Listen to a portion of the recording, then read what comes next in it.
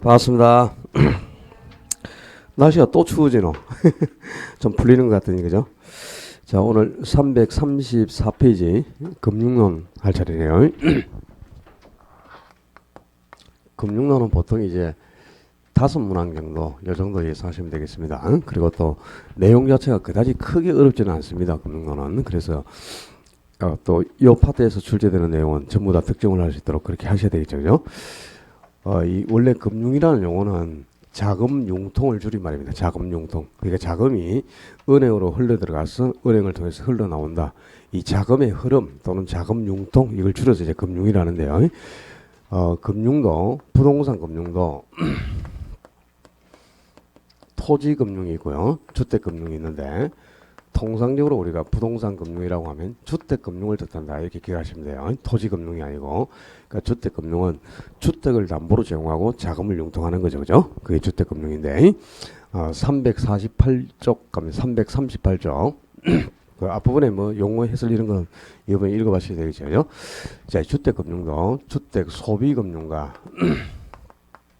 주택 개발 금융, 이렇게 크게 두 가지로 나누는데, 이 주택 소비 금융이 무주택 서민들을 대상으로 자금 융통을 하는 거고요. 그리고 개발금융은 이제 건설업자를 대상으로, 주택을 공급하는 건설업자를 대상으로 자금을 융통해 주는 건데, 무주택 서민이 되는 주택 소비금융, 이 서민들을 대상으로 자금을 조달해 주면 주택 소비가 촉진되고 그리고 서민들이 주택을 구입할 때 자신이 구입하는 주택에 직접 저당권을 설정하고 자금을 융통해 오는 거죠. 그래서 이 주택 소비금융을 저당대부라고도 합니다. 저당대부. 그리고 건설업자가 되셔야 되는 주택개발금융은 건축 자금을 이제 대출해 주는 거니까 건축대부라고 하는데요. 요 두 가지의 특징이 완전히 다르다. 그래서 특징을 좀 비교를 하셔야 되는데, 이 무주택 서민이 되셔야 되는 소비금융은 서민들이 대상이니까 자금 조달이 10년에서 30년까지 장기간 대출이 이루어지고 금리도 아주 낮게 적용됩니다. 그래서 장기 저리로 대출이 이루어지고 주택 구입 자금을 대출 시점에서 일시불로 대출을 해주죠. 일시불로 대출을 하고 상환은 10년 이상 매달 나오면서 분할 상환을 하는 게 원칙입니다. 그래서 이 저당 대부는 일시불 대출의 분할 상환이 원칙인데요. 건설업자가 되셔야 되는 이 건축 대부는 건축 자금이 워낙 크죠, 그죠? 자금 조달 규모도 크고 또 공사 기간 동안에만 이제 저당권을 설정하고 한시적으로 대출을 해주는 겁니다. 그러니까 공사 기간으로 한정이 되니까 단기간 대출이 이루어지고 자금 조달 규모가 커서 위험성이 높기 때문에 금리는 아주 높게 적용됩니다. 그래서 단기 고리로 대출이 이루어지면서 대출 금액을 일시불로 대출을 하는 게 아니고 공사 진척도에 따라 단계별로 대출이 이루어진다. 특징이 단계별 대출이에요. 그래서 초기에 한 30% 정도 주고 중간쯤 가서 도산 가능성이 없다. 그러면 또 한 30% 주고 마무리 단계 가서 한 30% 정도, 이렇게 해서 단계별로 대출이 이루는 특징이 있고요. 상환은 공사 종료에 동시에 분양대금에서 일시불로 상환을 합니다. 이런 이제 특징이 완전히 다르죠. 그래서 저당 대부는 일시불 대출의 분할 상환, 건축 대부는 분할, 그러니까 단계별 대출의 일시불 상환이 원칙이고요. 이 저당 대부는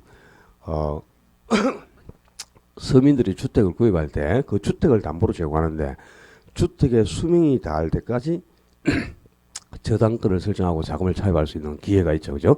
근데 주택은 물론 오래 가긴 하지만 영구적이는 못하죠. 일정 기간이 지나면 철거 되니까. 그지? 그래서 반영구적 저당으로서의 성격을 지닙니다. 이 저당 대부는 반영구적 저당으로서의 성격을 갖는데, 건설업자가 되셔야 되는 건축 대부는요, 건축 기간 중에만 한시적으로 저당권을 설정하고 자금을 융통하고, 이제 공사가 종료돼 가지고 완공이 돼서 소비자에게 분양을 해버리면 소유권이 건설업자에게 서 소비자에게 이전돼 버리죠. 그죠?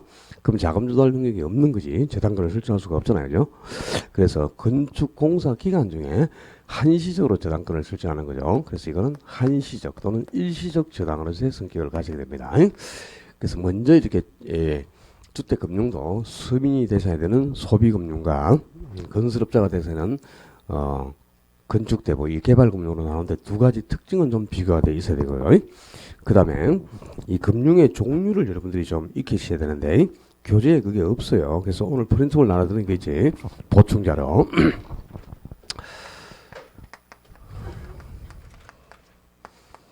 금융은 아주 여러 가지 형태로 나옵니다. 첫째가 지분금융과 부채금융, 그리고 또 매자닌금융, 이렇게 세 가지로 구분한 게 있고요. 또 직접금융과 간접금융, 이거는 없어요, 자료에. 그리고 세 번째 또 제도권 금융과 비제도권 금융, 상당히 여러 가지 형태로 금융을 구분합니다. 여러 가지로 이렇게 비제도권 금융, 이렇게 여러 가지로 나누는데, 자, 여기서 초점이 있어요. 직접금융이나 간접금융, 뭐 제도권, 비제도권 이런 거는 별로 의미가 없어요. 여러분 몰라도 상관없습니다. 근데 이 지분금융과 부채금융, 매장금융 구분하는 건 대단히 중요해요. 이거는 2년에 한 번씩 꼭 나옵니다. 물론 작년에 독립적으로 한 문제가 출제가 됐지만 그죠? 올해 또 안 나온다는 보장이 없어요. 그러니까 이거는 꼭 익히셔야 되는데, 자, 우리 그 금융론에서는요, 원래 지분하고 지분하고 그다음에 주식하고 정권, 이게 거의 같은 개념이다. 이렇게 생각하시면 아주 내용을 쉽게 이해할 수 있어요. 원래 주식이나 지분, 정권은 좀 다른 개념이지만 금융론에서 그냥 동요로 통용한다 이렇게 생각을 하시고 동요다 이렇게 기억하시면 되는데, 그럼 지분금융은 말 그대로 그죠? 지분권을 팔거나 또는 지분이나 주식이 같으니까 주식을 발행해서 주식 발행을 통해서 자기 자본을 조달해 오는 것. 그 오늘 자료에 있습니다. 주식 발행을 통해서 자기 자본을 조달해 오는 것을 지분금융이라 하는데요. 이 지분금융을 대표하는 상품들을 기억을 하셔야 돼요. 그러니까 우리가 배운 내용 중에 주식을 발행해서 자금을 조달하는 게 여러 가지가 있습니다. 가장 대표적인 게 신디케이트라는 게 있어요. 신디케이트. 개발업자가 주식 발행을 통해서 투자자를 모집해서 자금을 조달하는 거죠. 또 신디케이트 중에서 아주 소규모의 신디케이트가 있습니다. 그걸 조인트 벤처라고 한다 그죠? 이것도 역시 주식 발행을 통해서 자금을 조달하는 거고요. 그리고 부동산 투자회사가 있죠. 부동산 투자회사 리츠라는 게 있다. 리츠 그지? 이것도 주식 발행을 통해서 개발 자금을 확보하는 거죠. 그리고 기업에서 자금을 확보할 때 주식을 발행해서 자금을 조달하는 대표적인 방법이 유상증자나 무상증자라는 게 있죠. 이 주식 투자하는 사람들이 유상증자, 무상증자 많이 받아봤잖아요. 그죠? 유무상증자라든가 또 우리가 주식시장에서 가입하는 간접투자 펀드가 있습니다. 펀드. 이 펀드도 역시 주식 발행을 통해서 자금을 조달하는 대표적인 지분금융에 해당합니다. 이 사례를 다 기억을 하셔야 돼요. 그다음에 부채금융은 부채라는 게 뭐야? 빚이죠. 빚 그죠? 금융기관을 통해서 빚을 진다는 뜻인데 그죠? 우리가 은행에서 대출을 받는 만큼 빚을 지는 거죠. 부채를 끌어안는 거잖아요. 그죠? 이렇게 저당권을 설정하거나 사채 발행을 통해서 빚을 진다. 타인 자본을 조달하는 거예요. 우리가 은행에 가서 돈 빌릴 때 저당권 설정해주고 은행으로부터 대출을 받죠. 그죠? 그 대출을 받는 금액만큼 부채를 끌어안는 거잖아. 그지? 저당권을 설정해주고 타인 자본인 금융기관으로부터 은행을 통해서 돈을 조달하는 거잖아. 그죠? 이런 거 이제 부채금융이라는데, 저당권을 설정하거나 사채를 발행해서 타인 자본을 조달하는 것. 이걸 이제 부채금융이라 합니다. 가장 대표적으로 우리가 은행에서 저당권 설정해주고 부동산을 담보로 대출을 받는 게 있죠? 그게 저당금융이에요. 그리고 또 나중에 개발론에 가서 부동산 신탁, 토지 신탁하는 걸 배우겠죠. 그러면 신탁 기간 중에 토지 소재가 자금이 필요하면 그 신탁 수익권을 담보로 제공하고 거기에 저당권을 설정하고 자금을 융통합니다. 그걸 신탁금융이라고 합니다. 이것도 저당 설정을 통해서 자금을 조달하는 대표적인 부채금융이고요. 또 우리가 익히 알고 있는 것 중에 MBS라는 게 있죠. 그죠? MBS, 주택 저당을 담보로 발행한 정권. 요 MBS나 또 금융기관이 부여한 자산을 담보로 발행하는 정권이 있죠. ABS. 이런 게 대표적인 부채정권입니다. 부채금융에 해당하고요. 그리고 주택 상환 사채하는 게 있어요. 여러분들이 이제 공부 시간에 주택부에서 배우실 거예요. 주택 상환 사채도 이 사채 발행을 통해서 이제 자금을 조달하는 대표적인 부채금융에 해당합니다. 이 MBS나 ABS는 대표적인 부채금융이고, 그리고 부동산 투자회사인 리츠하고 신디케이트는 대표적인 지분금융이다. 이 사례들을 다 기억을 하셔야 돼요. 그다음에 매자닌 금융은 지분금융하고 부채금융 두 가지 성질을 다 가지고 있는 건데요. 가장 대표적으로 신주 인수권부 사채라는 게 있어. 그럼 신주 인수권부 사채, 신주 새로운 주식을 발행했다는 뜻이죠. 그죠? 그럼 주식 발행을 통해서 자금을 융통했으니까 이거는 지분금융이죠. 그런데 그 주식을 인수하는 조건부로 다시 사채 발행을 통해서 자금을 융통한다. 그럼 또 사채 발행을 통해서 자금을 융통하면 이건 부채금융이거든요. 그래서 두 가지 성질을 다 가지게 되고요. 그리고 또 주식 전환사채라는 게 있습니다. 주식 전환사채.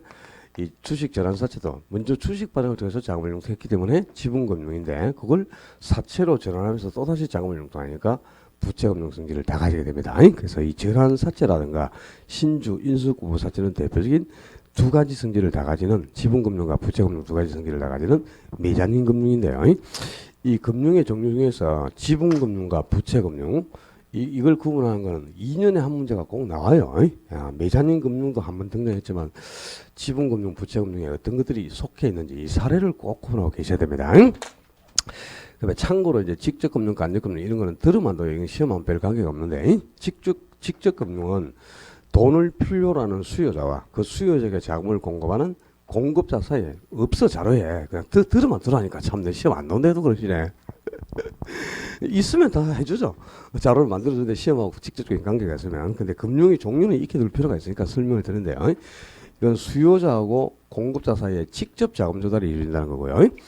그러니까 이제 기업에서 돈이 필요하잖아, 그죠? 그러면 기업에서 주식을 발행해서 투자한테 판다.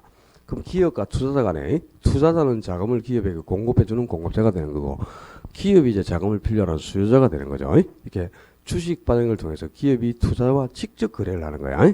수요자와 공급자 사이에 직접 자금 조달이 이루어진다는 거죠. 이걸 직접금융이라고 합니다. 그 다음에 간접금융은 중간에 매개기간을 두고 이제 수요자와 공급자 사이에 자금이 이루어지는 건데요. 금융기관을 통해서 대출을 받는 거 이게 대표적인 간접금융이야. 자, 우리 예금주들이 은행에 예금을 하죠. 그죠? 예금을 하지. 그럼 그 예금주들이 예금을 받아가지고 금융기관이 또 자금을 필요로 하는 차입자에게 대출을 실행하죠. 그럼 차입자는 자금을 필요로 하는 수요자고 금융기관이 이제 예금을 해주는 예금주들이 자금을 공급해주는 공급자라. 그러면 이제 수요자와 공급자 사이에 금융기관을 사이에 두고 금융기관을 매개로 해서 수요자 공급자 사이에 자금 조달이 이루어지죠. 그죠? 예금주들의 예금을 차입자들이 대출을 받아간단 말이야. 그걸 금융기관을 통해서 이렇게 이루어지고 있죠. 그죠? 이런 걸 간접금융이라 한다 이 말이다. 오케이? 예금주들이 예금을 한다. 그럼 예금주가 공급자가 되는 거야. 그리고 돈을 빌리는 차입자가 수요자가 되는 거잖아요. 차입자와 예금주들 사이에 중간에 금융기관을 매개로 해서 자금 조달이 이루어지고 있죠. 네. 이런 걸 그냥 간접금융이라 한다고 드러나도 그냥 나중에 용어가 나오면 또 이게 뭐냐 이러지 말고 제도권 금융은 이제 말 그대로 금융기관을 통해서 자금을 융통하는 겁니다. 금융기관은 금융기관을 통해서 우리가 자금을 차입하는 게 제도권 금융이고 비제도권 금융은 금융기관이 아닌 다른 루트를 통해서 자금을 조달하는 건데요. 가장 대표적인 게 전세제도라든가 주택 선분양이 있어요. 전세제도는 세입자를 대상으로 자금을 융통하는 거죠. 그죠? 금융기관이 아니고 전세 좀 놔봐. 그 다음에 선분양도 마찬가지라 건설업자가 자금을 조달할 때 소비자에게 미리 주택을 팔아서 소비자를 대상으로 자금을 조달하잖아요. 그죠? 금융기관이 아니고 몰라도 돼. 그런 게 있어요. 자, 이 제도권 금융 이런 거는 알 필요 없고 지분금융과 부채금융, 매장금융에 대한 사례들을 꼭 익히고 계셔야 됩니다. 구분 포인트예요. 꼭 잊어버리지 말고. 자, 금융의 기능이라든가 금융의 원칙 읽어봐요. 시험하고 관계없어. 뒷페이지 340페이지 부동산 저당 대출 제도 하는 게 나왔다지. 저당이라는 용어가 나와서 저당 영어로는 MORTGAGE 읽어봐요. 이거 모터 게이지 이런 뭐 그렇게 읽으면 안 돼요. 모가지 이 T가 무검이란 무검 T를 빼고 그러면 모가지죠. 모가지 그지?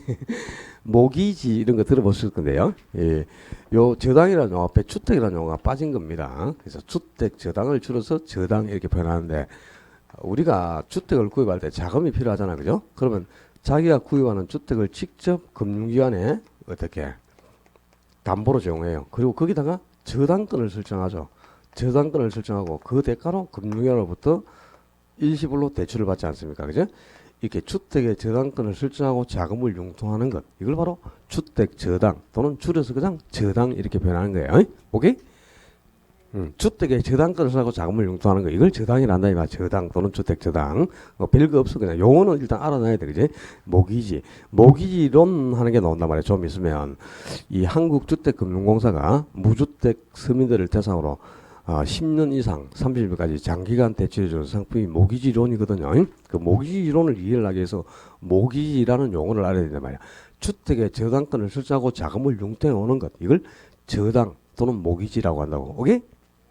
그 다음에 이제 우리가 은행에서 돈을 빌렸다. 그러면 돈을 갚아가야 되죠. 갚아야 될 돈이 뭐라? 원금과 이자를 갚아야 돼요. 그 원리금을 어떻게 갚아가느냐? 자, 원리금 상환 방법입니다. 자, 이 금융에서 1순위로 시험에 출제되는 거 상환 방법인데요. 이 상환 방법은 고정금리를 정해서 원리금을 상환하는 방식도 있고, 또 변동금리를 정해서 원리금을 상환하는 방식도 있고, 기타 또 빈칙적인 상환 방법도 있고, 상환 방법이 10몇 가지가 됩니다. 10몇 가지가 되는데 우리 시험에 나오는 거는 고정금리를 정해서 고정금리 방식이에요. 그러니까 변동금리가 아니고 고정금리 방식으로 원리금을 상환하는 방식. 여기에서만 시험을 내고 있습니다. 요즘은 여기에 이제 세 가지 형태가 있는데요. 첫째가 원금 균등 상환, 그리고 두 번째가 원리금 균등 상환, 그리고 세 번째가 최정식 상환. 요 세 가지가 이제 고정금리 방식으로 원금과 이자를 갚아가는 대표적인 상환 방법인데요. 원금 균등하고 원리금 균등은 다른 말이겠지. 그죠? 원금 균등, 원금만 균등하게 일정하게 상환한다는 뜻이고요. 원리금 균등은 원금과 이자를 합친 원리금을 균등하게 상환한다는 뜻이니까 당연히 다른 용어입니다.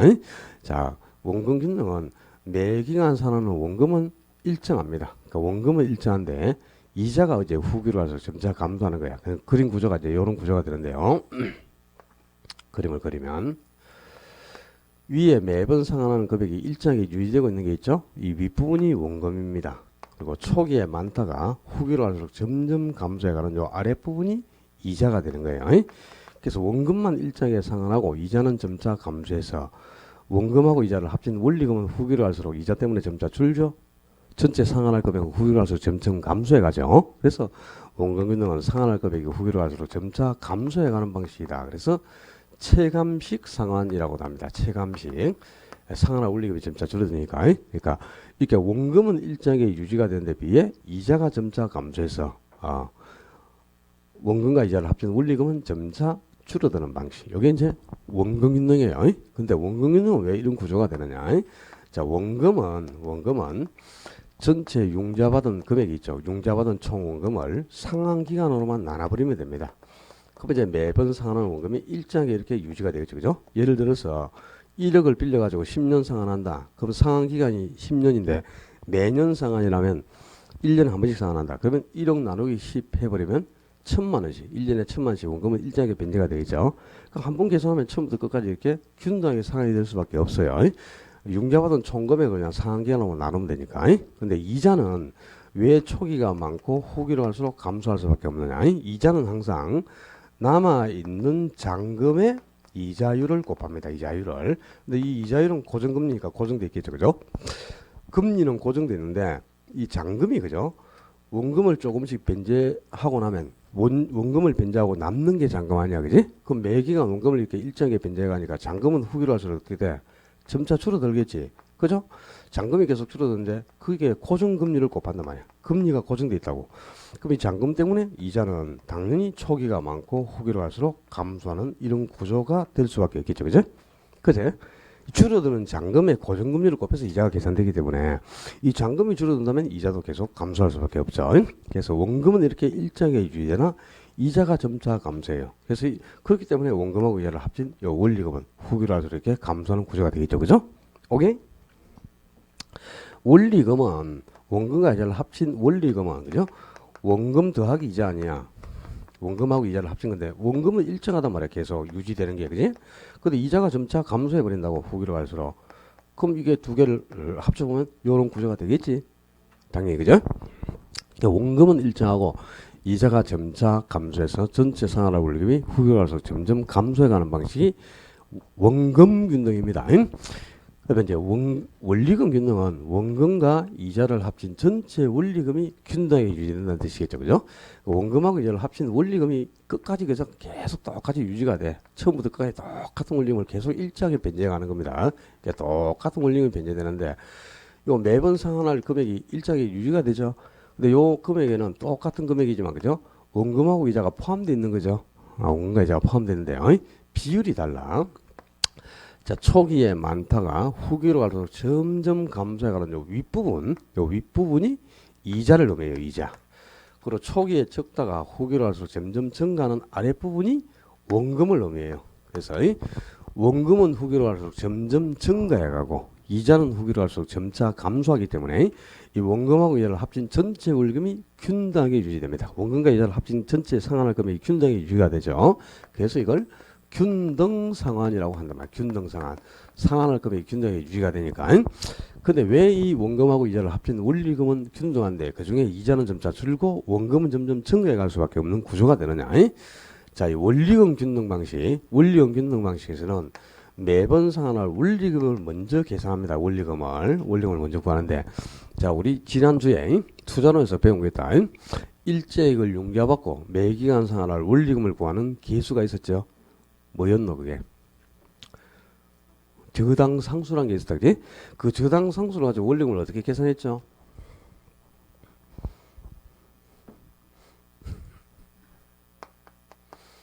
내가 융자받은 금액에 저당상수를 곱해버리면 바로 원리금이 계산돼 나왔잖아요, 그죠? 으이씨.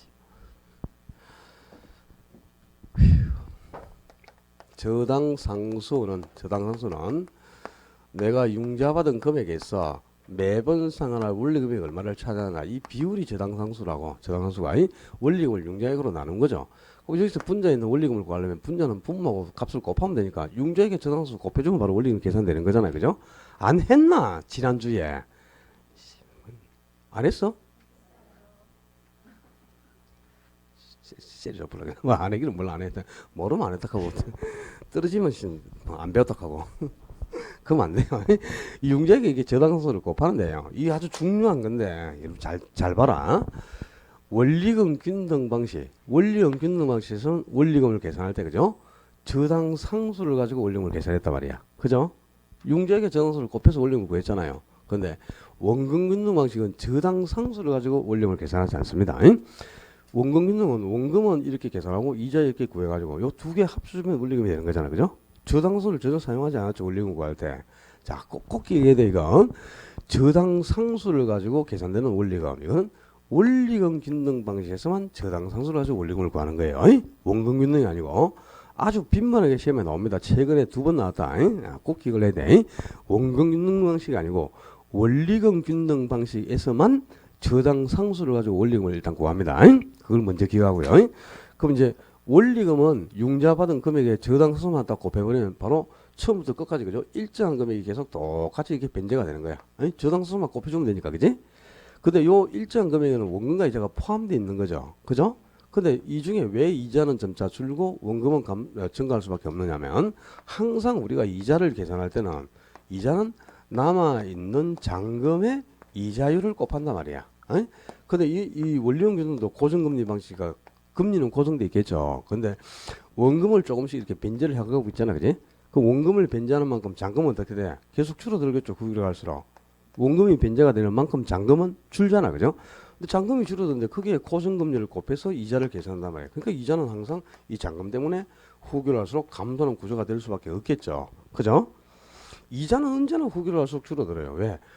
원금을 계속 조금씩 변제해 가고 있잖아, 원금을, 그죠? 원금이 변제되는 만큼 잔금이 줄어들거든. 근데 그 줄어드는 잔금에 고정금리를 곱해서 이자를 계산하기 때문에 원금 균등 방식이든 원리금 균등 방식이든 둘 다 공통점이 이자는 후기로 갈수록 점점 감소하는 거야. 그럴 수밖에 없겠지, 잔금이 줄어드니까, 그죠? 알았어요. 근데 그럼 원금은 왜 증가해야 돼? 원금은, 그지? 전체 상환할 원리금에서 이자를 빼버리고 남는 게 원금이단 말이야. 원리금에서 이자를 빼고 남는 게 원금이 되죠. 근데 원리금은 딱 일정에 매번 상환할 원리금이 딱 정해져 있어요. 한 달에 100만이면 100만원씩 딱 정해져 있는데 그 중에 이자가 점차 줄어버리고 있단 말이야. 이자가 점점 감소해 가고 있어. 그러면 이자가 점차 줄면 똑같은 금액을 계속 변제해 가려면 원금을 채워가면서 갚아가야 될 거 아니야. 그래야 똑같은 원리금이 변제가 되는 거니까, 그지? 그래서 이자가 준 만큼 원금을 더 채워가면서 갚아가야 되니까 원금과 이자를 합친 원리금이 일정히 유지가 되는데, 이자가 감소하는 만큼 원금을 채워가야 되니까 원금은 흐를할수록 증가하는 구조가 된다 이 말입니다. 그래서 자, 매기간 상환할 원리금은 어떻다? 일정하다. 원리금은 일정하다 말이야. 원리금은 일정하지만 그 중에 이자는 후기로 갈수록 점차 감소하고 원금은 후기로 갈수록 점점 증가해가는 방식. 이런 방식이 원리금 균등 방식입니다. 그 다음에 최정식은 후기로 갈수록 상환할 금액이 점진적으로 증가해 간다는 거죠. 그죠? 초기에는 상환할 금액이 적다가 후기로 갈수록 상환할 금액이 점점 늘어가는 거죠. 그러니까 그림 구조로 보면 이렇게 이제 후기로 갈수록 상환할 금액이 점진적으로 이렇게 증가해 가요. 그러니까 대출 초기에는 차입자가 이제 상환 능력이 적은 초기에 소득이 좀 적을 때는 상환할 원리금도 적다가 소득이 계속 증가해 갈수록 원리금도 점점 증가해서 점진적으로 상환할 금액이 점진적으로 증가해가는 방식이다. 그래서 점정상환 방식이라고 합니다. 점정상환, 점진적으로 증가해간다. 상환할 원리금이. 그래서 점정상환이라고도 하는데요. 그러니까 이거는 이제 대출 초기에 워낙 상환할 원리금이 적지 않습니까? 그죠? 그래서 초기에 상환 부담을 줄여주기 위해서 나온 건데, 신혼부부와 같은 젊은 계층에게 총위 상환 부담을 줄여주기 위한 방법이에요. 그러니까 젊은 계층에게 아주 유리한 상환 방식이죠. 그러니까 초기에 이제 젊었을 때, 그죠? 소득이 적을 때는 원리금도 좀 적게 상환하고, 연공 서열이 증가할수록 이제 소득도 증가해가겠죠? 그럼 소득이 증가하면 상환 능력이 커지니까 원리금도 점진적으로 증가해가는 방식인데요. 그러니까 이거는 이제 후기로 할수록 상환할 금액이 계속 증가해 가니까 대출 후기에 가면은 눈탱이처럼 상환할 금액이 불어나 버리겠죠. 그죠? 그렇기 때문에 채무 불이행 가능성이 매우 높아질 수밖에 없어요. 그래서 금융기관의 위험성이 높기 때문에 원금융이나 원리금 균등 방식보다는 최정식이 금리가 아주 높게 적용됩니다. 당연히 금융기관의 위험성이 높으면 이자율은 상승할 수밖에 없는 거예요. 그래서 다른 방식보다는 금리가 굉장히 높고 총 이자 상환하는 금액도 늘어날 수밖에 없어요. 이자가 자꾸 가중되기 때문에. 근데 이거는 이제 대출 초기에는 워낙 상환할 금액이 적잖아요. 그죠? 그래서 대출 초기에는 전체 상환할 원리금이 이자에도 못 미치는 금액을 마이너스 상환을 해요. 그러니까 한 달에 갚을 요 이자만 있잖아. 그죠? 첫 달에 한 100만 원 정도 되는 것 같으면 이 원금하고 이자를 합친 전체 원리금이 40만 원도 안 나와요. 그러니까 60몇만 원 이상 되는 돈을 마이너스 상환을 하게 된단 말이야. 그래서 이제 그 초기에 못 갚은 금액을 후기로 갈수록 갚아가야 되니까 후기로 갈수록 상환할 금액이 점진적으로 늘어날 수밖에 없죠. 그래서 이 대출 초기에는 이자가 원리금에도 못 미치는 금액만큼을 마이너스 상환을 하게 되는데 이걸 부의 상환이라는 겁니다. 음의 상환. 대출 초기에 이렇게 부의 상환이 처리될 수 있는 아주 독특한 상환 방식이 최정식이고요. 그 다음에 젊은 신혼부부와 같은 계층에게 총위 상환 부담을 줄여주기 위해서 나온 융자 방법이 최정식이다. 그걸 기해 놓고요. 자, 그러면 이제 세 가지 방식을 비교해 볼 때 대출 초기에 상환할 금액이 가장 큰 거는 뭐겠습니까? 요 세 가지 그림으로 딱 보면, 그죠? 초기에 상환할 원리금을 계산해 보면은 원금균등이 당연히 가장 커요. 그 다음에 이제 원리금 균등이고요. 그리고 최정식은 가장 적을 수밖에 없겠죠. 그죠? 그림 구조로만 봐도 알겠지? 그래서 초기 상환액은 원금 균등이 가장 크고, 그 다음이 원리금 균등, 그리고 세 번째가 최정식이 됩니다. 원금 균등이 원리금 균등보다 초기에 상환할 금액이 월등히 많다. 아주 중요해요. 이거는. 그럼 초기에 많은 금액을 변제하면 중간점 갔을 때 중도 상환을 한다. 그럼 중도 상환 시에 남아있는 잔금의 크기는 반대가 돼야 되지. 초기에 많은 금을 변제하면 잔금이 적게 남고 초기에 적은 금을 변제하면 잔금이 많이 남을 수밖에 없죠. 그죠? 그럼 초기에 가장 많은 금을 변제한 게 원금 균등이니까 잔금은 원금 균등이 가장 적게 남겠죠. 그럼 요 역순이 되겠죠. 그죠? 잔금은 원금 균등이 가장 적게 남고 그 다음에 원리금 균등이고 최정식이 잔금이 가장 많이 남아 있을 수밖에 없겠죠. 그죠? 초기에 많은 걸 변제하면 잔금은 적게 남는 거니까. 그제? 이게 좀 여기까지는 안 어렵잖아 지금. 아우 좀 그러지 마라 좀. 전체 기간 동안 상환되는 누적 원리금. 그러니까 다른 말로 총 이자 납부액.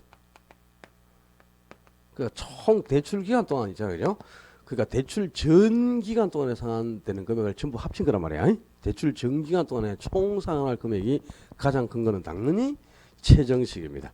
이 최정식은 다른 방식보다는 원리금이나 원리금 균등보다는 금리가 높게 적용된다 그랬지. 그럼 금리가 높은 만큼 이자가 더 많이 지출될 수밖에 없겠죠. 그죠? 그럼 이자 납부액도 더 많아지겠죠. 그죠? 최정식이 가장 많고요. 그리고 원금 균등이나 원리금 균등은 대출 기간 전체 대출 기간 동안 상환되는 금액이 원래 똑같아야 돼. 원칙은 똑같아야 되는데, 그지? 다만 이제 이거는 초기에 많은 금액이 후기로 점점 줄어들고 있고요. 이거는 초기부터 후기까지 일정한 금액을 계속 변제해가는 거든. 그 차이밖에 없는 거지. 전체 기간 동안 상환할 금액은 같아야 되는 게 원칙인데요. 안 같아요. 둘 중에 뭐가 많으냐? 약간 많은 게요. 원리금 균등이 원금 균등보다는 약간 상환할 금액이 많아집니다. 이것도 아주 중요한 포인트인데요. 자, 여러분 보시면 원금 균등은 저당 상수를 가지고 원리금을 안 구했죠. 저당 상수를 가지고 원리금을 계산한 건 원리금 균등 방식이다, 그지? 원금 균등은 원금하고 이자 따로 계산해서 요 두 개 합쳐가지고 원리금을 이렇게 계산했는데, 원리금 균등 방식만 융자액의 저당수를 곱해서 원리금을 구한 겁니다. 근데 저당 상수가 소수점 6자리까지 가요. 저당수 수치가. 그 소수점 이후 수치 때문에 이자가 약간 많아져요. 저당상수 때문에. 그래서 이제 전체 대출 기간 동안 상환하는 누적 원리금은 원리금 균등 방식이 원금 균등보다 약간 많은데요. 약간 많아요. 그 많은 것도 아니고 뭐 1억 빌려가지고 한 10년 상환하잖아요. 그럼 10년 동안 상환한 총 금액은 원래 같아야 된단 말이야. 근데 이 저당수 수치 때문에 원리금 균등이 한번 만 몇천 원 많습니다. 만 몇천 원. 10년 동안 총 납부하는 금액이 그 정도 차이가 나도 그래도 원리금 균등이 좀 많잖아. 그죠? 요즘 요걸 계속 묻고 있다 이거. 시험에. 이거 모르면 안 됩니다. 요 메모해놔라. 그 교재에 이게 없어. 이 아주 중요한 이런 것들이 지금 누락돼 가지고 그죠? 참 답답한데. 다음에 심화 이론 단계에 가면 또 제가 새로운 또 자료를 만들어 가지고 자료를 한꺼번에 너무 많이 만들어 주면은 여러분들이 머리 아프니까 죠 새로운 자료를 만들어 가지고 또 보충 자료를 가지고 수업을 해드릴 테니까 너무 염려는 하시지 말고요. 자, 이 상환 방식은 이제 고정금리 방식으로 원리금을 상환하는 게 요 세 가지 방식이 있어요. 그리고 또 이거 외에 변동금리 방식 하는 게 있어요. 변동금리. 이제 인플레가 생기면 금리를 인상할 수 있는 거죠. 그게 변동금리죠. 그 변동금리 방식에 가변 이자율 저당, 조정 이자율 저당, 재협상 이자율 저당하는 게 또 있습니다. 그리고 또 기타 상환 방법이에요. 계단식 상환, 부분 원리금 상환, 이자 매월 상환, 그리고 가격 수준 조정 저당이라든가 또 빈칙 저당이 아니면 뭐 포괄 저당이라든가 역저당이라든가 뭐 수두룩 빽빽해. 수두룩 빽빽. 진짜 많아. 한글 쓰기 있어요. 근데 그 상환 방법에서는 최근 한 10년 동안에는 다른 방법은 아예 언급된 적이 없습니다. 그러니까 우리 이 상환 방식에서는 지금 계속 원금 균등, 원리금 균등, 최정식 요 세 가지만 가지고 계속 문제를 내고 있으니까 여러분들은 요 세 가지 방식의 특징만 비교하면 이 상환 방법에서 나오는 거는 득점할 수 있다고 보시면 돼요. 특히 원금 균등하고 원리금 균등의 차이점, 요 차이점을 명확히 구분하는 거는 그림 구조를 머릿속에 사진을 찍어놔야 돼. 시험을 칠 때 이 그림을 여러분이 딱 그려놓고 비교를 하잖아요. 틀릴 일이 없어요.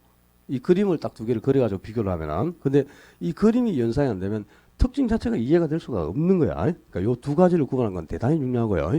이 두 가지 비교하는 것만 계산 문제로 한 문제 나오기도 하고 서술형 문제로 한 개를 내기도 하고 해서 두 문제까지도 냅니다. 매년. 그러니까 꼭 비교를 해놔야 되고 다른 방식은 제가 기회가 될 때 한번 설명드릴 테니까 책에 있는 거 읽어봐요. 그냥 지금 뭐 안 읽어봐도 상관없어. 나중에 내가 설명드릴 때 보시면 되겠어요. 그리고 342쪽 넘겨보시면 342페이지인가 몇 페이지인지 모르겠다. 이자율 적용 방식에 고정 이자율 변동 이자를 하는 게 있어요. 342가 자 이제 우리가 금융기관에서 차입자에게 대출해주고 받는 수익이라는 게 이자죠, 그죠? 그 이자를 계산할 때 항상 남아있는 잔금의 이자율을 곱해가지고 이자를 계산했죠. 그죠? 근데 이 이자를 정할 때 고정 이자를 정할 수도 있고 변동 이자를 정할 수도 있는 겁니다. 이자율 정한 방식이 이제 두 가지인데요.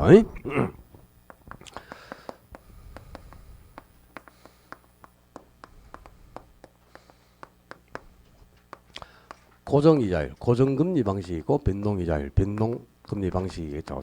두 가지가 있는데요. 고정금리라는 말은 대출 시점에서 금리가 한번 딱 책정이 되면 대출 기간 내내 금리가 고정된다 이 말이네. 그죠? 그러니까 중간에 아무리 인플레가 발생해서 화폐 가치가 하락하더라도 금융기관이 금리를 인상하지 못한다는 거지. 그러니까 만기까지 금리가 유지된다 이런 뜻이겠죠. 대출 시점에서 한번 금리가 책정되면 만기까지 그대로 금리가 같은 거야. 대출 시점에서 처음에 내가 4% 대출을 받았죠. 30년 상환 조건으로 그죠? 그럼 30년 동안에 뭐 인플레가 발생해서 아무리 화폐 가치가 하락하고 해도 전혀 영향이 없다는 거다. 대출 시점에 4% 금리가 만기까지 30년 동안 내내 그대로 고정돼 있다는 뜻이죠. 그죠? 그게 고정금리란 말이에요. 금리가 고정된다는 뜻이니까. 그지? 근데 고정금리로 대출을 했을 때 대출 후에 인플레가 발생해 버렸어. 인플레가 발생해 버리면 인플레이션은 물가는 상승하면서 화폐 가치는 하락하는 것. 그게 인플레이션 아닙니까? 그지? 그래서 인플레가 발생해 버리면 대출자 입장에서는 화폐 가치가 하락을 하기 때문에 똑같은 이자를 받아도 손실이 초래되는 거죠. 그죠? 화폐 가치가 하락한 만큼. 근데 차입자 입장에서는 화폐 가치가 하락하면 싼 이자를 지급하는 셈이니까. 그지? 똑같은 이자를 주면 싸게 이자를 주고 있는 셈이니까 차입자가 이득을 보게 되는 겁니다. 그런데 이 금융기관이 눈 뜨고 자기 손실을 다 떠안고 가는 금융기관 없어요. 그죠? 어떻게든 대출자가 자신의 손실을 차입자에게 뜨는 게 돼. 증가를 시켜야 된단 말이에요. 위험을. 그 방법이 이제 뭐냐. 대출 후에 인플레가 생기면 금리를 인상하겠다 하고 약정을 해야 되죠. 그게 바로 뭐야? 변동금리입니다. 그지? 이 변동금리는 이제 대출 시점에서 변동금리는 대출 후에 고정금리로 대출을 했을 때 인플레가 발생하면 화폐 가치가 하락해서 금융기관에게 손실이 초래되는데 그 손실을 차입자에게 떠넘기기 위해서 만들어낸 융자 방식이 바로 변동금리다 그 말입니다. 그지? 그럼 변동금리는 차입자가 아니고 대출자다. 대출자를 인플레이션 위험에서 보호하는 수단이다. 그런 뜻이네. 그죠? 금융기관이 고정금리로 대출했을 때 화폐 가치가 하락하는 손실을 차입자에게 떠넘기기 위해서 만들어낸 게 변동금리다 이 말이야. 그러니까 이거는 차입자를 보호하는 제도가 아니고 금융기관, 대출자를 보호하는 수단이다 이 말입니다. 오케이? 그 다음에 변동금리를 정한다는 말은 대출 후에 인플레가 발생하면 금리를 인상한다는 뜻이겠죠. 그죠? 어떻게 해서 금리가 인상되느냐? 자, 이 변동금리는 금리를 책정할 때 기준금리에 가상금리를 추가해서 금리를 책정하는 거예요. 그러니까 변동금리는 이제 기준금리와 가상금리 두 가지로 구성이 되어 있어요. 이 기준금리를 지표라고 하고요. 지표. 가상금리를 마진이라고 합니다. 이 지표인 기준금리로 주로 양도성 예금 증서금리, 이 CD를 그죠? CD 이걸 이제 다른 말로 뭐라 하냐? 양도성 예금 증서라고 합니다. 이 양도성 예금 증서금리인 CD 금리가 기준금리로 가장 많이 사용이 되죠. 그리고 요즘은 이제 전국 은행 연합회에서 제공하는 금리가 있어. 코픽스 금리라는 거. 이 코픽스 금리로 또 기준금리로 코픽스 금리도 많이 사용이 되고요. 그리고 또 한국은행 콜 금리 하는 것도 있습니다. 그런 것도 기준금리로 사용이 되는데 주로 이 기준금리가 CD 아니면 코픽스 금리고요. 가상금리는 차입자의 신용 상태를 평가해 가지고 신용 등급에 따라서 추가되는 게 가상금리예요. 그러니까 신용 등급이 1등급이냐 7등급이냐에 따라서 추가되는 금리가 다르겠죠. 그죠? 근데 이 가상금리는 대출 시점에서 차입자의 신용을 딱 평가해가지고 신용 등급이 4등급이다. 4등급이니까 기준금리에다가 지금 우리나라 기준금리가 지금 몇 프로 정도 되죠? 뭐라고? 2%? 1.2%? 2.2%? 뭔 소리 합니까 지금 개념이 없구나 진짜 그냥 확실히 하여튼 뭐 돈하고 여러분들하고는 별로 그냥 참 지금 기준금리가 0.5%입니다. 0.5 제로 금리 시대에 가깝죠. 그죠? 그 정도로 금리가 낮아요 지금. 그러니까 이제 기준금리가 0.5니까 그게 이제 차입자마다 가상금리가 다르잖아요. 그러니까 내가 대출 받을 때 니는 대출 받을 때 나는 똑같이 그죠? 부동산을 담보로 정하고 대출을 받았단 말이야. 아파트 담보로 정하고 대출을 받았죠. 근데 어떤 사람은 2.87%, 어떤 사람은 3.12%. 금리가 다 달라요. 그 왜? 자신의 신용등급에 따라 가상금리가 달라지기 때문입니다. 아셨어요? 기준금리는 누구에게나 똑같습니다. 그냥 모든 사람에게 0.5가 적용되고 있죠. 0.5%포인트. 지금 그죠? 그런 게 있어. 이게 다른데, 이거는 이제 차입자의 신용에 따라 달라진단 말이야. 근데 변동금리라는 말은 기준금리든 가상금리든 뭔가 변하니까 변동금리가 되겠죠. 둘 중에 뭐가 변하겠어요? 기준금리가 변한다 그러면 큰일 납니다. 이거는 변하지 않습니다. 이거는 변화갖고 제가 기준금리 죄송해요. 쏘리 가상금리가 변한다. 이 신용상태에 따라서 이게 변할 것 같죠? 안 그래요. 이거는 전혀 변화가 없고 이거는 대출 시점에서 차입자 신용을 딱 평가했죠. 그렇게 해서 지금 신용등급이 4등급이니까 기준금리에다가 2.5%를 추가했다. 2.5%가 추가되면 이제 대출금리가 3%로 체크이 되겠죠. 이게 0.5 같으면 그죠? 그렇게 해서 대출 시점에서 차입자하고 약정을 하잖아요. 그럼 이거는 절대 변화되지 않습니다. 가상금리는 불변이야, 불변. 이게 변화되는 게 아니고 기준금리인 지표가 계속 변하는 겁니다. 그래서 변동금리가 되는데요. 이 중에 이제 CD금리, 이 양도성 예금등수 금리는 90일 모르니까 보통 한 3개월 단위로 한 번씩 변합니다. CD금리는. 근데 코픽스 금리는 보통 6개월에서 12개월 단위로 한 번씩 변해요. 그래서 기준금리가 변하기 때문에 변동금리가 되는 거지. 가상금리가 변하는 게 아니라는 걸 여러분이 기억하셔야 됩니다. 이게 아주 중요한 포인트다. 그래서 이제 변동금리는 원래 기준금리에 이 신용을 평가한 가상금리가 추가돼서 금리가 책정되는데요. 자, 여기 금리 조정 방식 중에 여러분들이 꼭 익혀야 될 내용. 자, 지금부터 이제 시험 포인트 정리합니다. 책에 없다 이거. 메모를 해두고 꼭 이걸 요게 시험 범위에 지금 내가 적어드리는 거 알았죠? 자, 첫째. 대출 시점에서 볼 때는 고정금리하고 변동금리 중에서 뭐가 금리가 더 높게 책정될 것 같습니까? 대출 시점에서 볼 때는 고정금리가 일반적으로 변동금리보다 금리가 높게 책정됩니다. 왜 그럴 수밖에 없느냐? 고정금리는 대출 시점에서 금리를 한번 딱 책정하면 더 이상 금리를 인상을 할 수가 없어요. 인플레가 생기다, 그죠? 그러니까 미리 대출 시점에서 인플레이션을 반영해서 금리를 책정할 수밖에 없겠지. 그래서 인플레가 반영되는 만큼 금리가 당연히 높게 책정된다 이 말입니다. 오케이? 그러니까 대출 시점에서 볼 때는 고정금리가 변동금리보다 금리가 높게 책정된다. 아주 중요해요. 두 번째, 대출이 이루어진 후, 대출 후에 시장금리가 계속 상승하는 경우도 있고 시장금리가 계속 하락하는 경우도 있어요.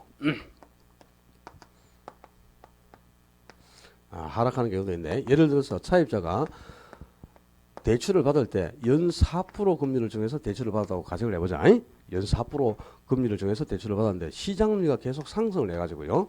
시장에서는 금리가 6%까지 상승을 해버렸어. 자, 지금 내가 4% 금리를 주기로 하고 대출을 받았는데 지금 4% 이자를 주고 있죠. 근데 시장은 지금 금리가 이미 6%까지 상승했단 말이야. 그러면 차입자는 4% 이자를 계속 주는 게 좋겠죠. 싼 이자를 주고 있는 거니까, 이제 시장에서는 6% 적용되는데 나는 4% 이자를 주고 있으니까 이때는 계속 어떻게 해야 돼? 기존 융자를 계속 유지해 가라 이 말입니다. 그지? 계속 4% 이자를 주는 게 좋겠죠. 그지? 그런데 시장금리가 계속 하락을 해가지고 말이야. 내가 대출을 연 4% 금리로 주기로 하고 대출을 받았어요. 대출 금리가 4%인데 지금 시장금리는 계속 하락해가지고 2%까지 시장금리가 떨어져 버렸어. 이럴 수도 있겠죠. 그럼 시장에서는 2% 이자가 적용되고 있는데 나는 비싼 지금 4% 이자를 주고 있잖아. 그죠? 4%를 줄 이유가 없지. 어떻게 하느냐. 다른 금융기관에 가서요. 새로 융자를 받아가지고 비싼 4%를 조기에 먼저 만기 전에 먼저 변제하는 게 좋겠죠. 만기 전에 먼저 변제하는 게 뭐야? 그게 조기 상환이다 이 말이야. 이렇게 조기 상환을 하는 게 유리하다 이 말이야. 조기 상환을 하고 다시 재융자를 받아라. 그래서 시장금리가 계속 하락하는 시기는 시장금리가 하락해가지고 대출금리보다 시장금리가 더 낮아요. 시장금리가 대출금리보다 더 낮은 때는 차입자는 조기 상환을 하고 다시 재융자를 받는 게 유리하다 이 말입니다. 오케이?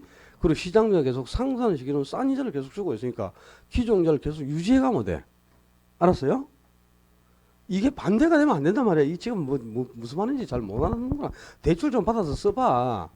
그래야 이게 좀 개념이 이해가 될 거 아닙니까? 이제?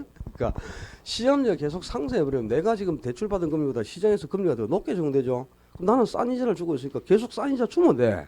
기존 이자를 유지하란 말이야. 근데 시장금리가 계속 하락을 해가지고 내가 대출 받은 금리보다 시장금리가 더 하락을 했어. 그럼 나만 지금 비싼 이자를 계속 주고 있는 셈이잖아요. 비싼 이자를 줄 필요가 없잖아. 다른 데 가서 새로 대출을 받아서 비싼 이자를 만기 전에 변제하라 이 말이야. 그죠? 조기 상환이잖아. 만기 전에 변제하는 게. 알아듣겠어요. 이게 내가 지금 얼마 안 남았어. 오늘 2월 8일이제. 3월 8일 되면 뽀록 다 나와 실력. 그죠? 2월 마지막에 진도 다 끝나면 3월 초쯤에 바로 모의고사 들어가. 3월 초쯤에. 그죠? 반드시 내겠죠. 이걸 모의고사 우리 시험에 매년 나오는 걸 내가 모의고사에 안 낼 사람이 아니잖아. 그죠? 기억을 당연히 하셔야 돼. 그 다음에 세 번째. 뭐라고? 유인 씨 뭐? 큰 소리를 해라. 아무 말도 안 했어. 누가 뭐 뭐라 그러던데, 그요. 잡음 넣지 마세요. 내가 뭐 얘기하려고 그랬죠? 세 번째. 자, 변동금리하고 고정금리를 비교해 볼 때요.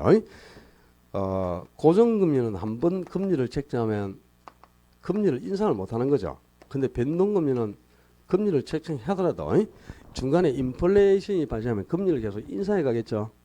그죠? 금리를 계속 인상한다면 차입자 입장에서는 이자 부담이 계속 가중될 수밖에 없잖아. 그죠? 그래서 이자 부담이 가중되면 당연히 채무 불이행 가능성은 커질 수밖에 없다 이 말입니다. 그래서 일반적으로 고정금리를 정할 때보다는 변동금리를 정할 때가 차입자의 채무 불이행 가능성이 더욱 커진다 이렇게 되어 있네. 그지? 변동금리를 정할 때가 고정금리보다는 원리금 상환 부담이 가중될 수밖에 없어요. 인플레가 발생할 때마다 금리를 인상해 가니까 이자 부담이 가중될 거 아니야. 그럼 돈 못 갚을 확률도 높아지겠지 당연히. 뭐 이런 건 상식적인 거 아니에요. 그죠? 또 이거 아주 중요한 거 나왔다 또. 자, 변동금리를 정한다는 말은 인플레가 생길 때마다 금융기관이 금리를 인상해서 이자율을 조정한다는 뜻이야. 그지? 그죠? 이자율을 조정한다는 뜻인데 이자율 조정 주기가 길 수도 있고 짧을 수도 있어. 그죠? 길 수도 있고 짧을 수도 있는데 대출자하고 차입자를 비교해 볼 때 대출자는 조정 주기가 길어야 좋겠어요? 짧아야 좋겠어요? 알았다. 그냥 가만히 있어라. 그냥 가만히 있어라. 내가 적어줄게. 대출자는 조정기가 짧을수록 유리하고 그 다음에 차입자는 조정기가 길수록 유리한데요. 이자율을 조정하는 사람은 금융기관이야. 대출자. 그러니까 이거는 대출자 입장에서 문제를 내는 겁니다. 차입자가 아니고. 그러니까 이자율을 조정할 때 이 조정기가 대출자는 짧아야 좋다 이 말입니다. 왜? 조정 횟수가 늘어나기 때문에 조정기가 짧으면 짧을수록 10년 상한 조건으로 돈을 빌다고 가정해봐. 10년 상한 조건으로. 근데 5년에 한 번씩 조정할 수도 있죠. 5년. 그죠? 5년 조정주기가 5년 같으면 두 번밖에 조정을 못하죠. 2회밖에. 그지? 근데 2년에 한 번이라고 가정해봐. 2년에 한 번. 조정주기가 2년으로 이렇게 짧아졌다. 2년. 조정주기가 2년 같으면 총 5번을 조정하게 되는 거지. 그지? 그렇죠? 조정 횟수가 늘어나는 거지. 조정주기가 짧아지면. 근데 이 이자율을 조정할 때는 그죠? 변동금리는 항상 차입자도 보호를 해야 되기 때문에 차입자를 보호하기 위해서 대출 시점에서 조정 횟수를 약정합니다. 조정 횟수도 약정을 하고 한 번 조정 시에 얼마를 초과하지 못하도록 이자율 상한을 약정을 하게 돼 있어. 그러니까 대출 전 기간 10년 동안에 5번을 조정한다면 한 번에 1%씩 인상하면 5%까지 금리가 상승할 수 있죠.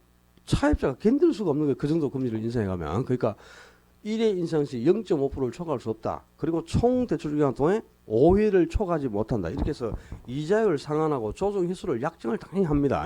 그럼 조정 횟수도 정해져 있고 상한선이 설정되어 있다면 조정 주기가 짧아야 횟수가 늘어나는 거죠. 그죠? 그래야 인상폭이 커지겠지. 한 번에 0.5%씩 인상한다고 가정해봐. 5번이면 총 2.5%를 인상할 수 있는 금융기관이. 근데 조정기지가 5년으로 길면 2번밖에 인상을 못하죠. 그럼 아무리 인상해도 1%밖에 인상이 안 되잖아요. 그럼 대출자는 뭐가 좋아? 짧아야지. 주기가 짧아야. 그래 횟수가 늘어나니까 인상폭이 커지겠죠. 근데 차입자는 조정기지가 길어야지. 그래야 횟수가 줄어들면서 인상폭이 제한제가 아니냐, 그지? 그래서 이 이자를 조정할 때 조정주기가 대출자입니다. 이 대출자 입장에서 생각을 해야 된다. 대출자는 조정주기가 짧아야만 조정 횟수가 늘어나면서 인상폭이 커지기 때문에 유리하다 이 말이에요. 자, 이 금리 적용 방식은 원래 이런 것들은 이런 지문들을 해결하기 위해서 배우는 거야. 딴 게 아니고. 그러니까 이 시험 포인트는 딱 여기 정해져 있어요. 이자율 적용 방식에서 꼭 한 문제를 냅니다. 여기까지 해서 꼭 한 문제. 그리고 상한 방식에서도 한 개 정도. 이렇게 해서 두 문제 정도 예상하고 대비책을 세워놔야 되겠어요. 자, 다음 파트로 와서 346페이지인가 모르겠다. 어디 가보면 저당 채권 유동화 제도 하는 게 나와있나? 저당 채권 유동화 제도. 자, 요 앞부분 이제 지웁니다. 이 지우는데 요거는 프린트물에 있었죠. 다른 거 없고 이것도 책에 나와 있을 거니까요. 요까지는 지워도 되겠네.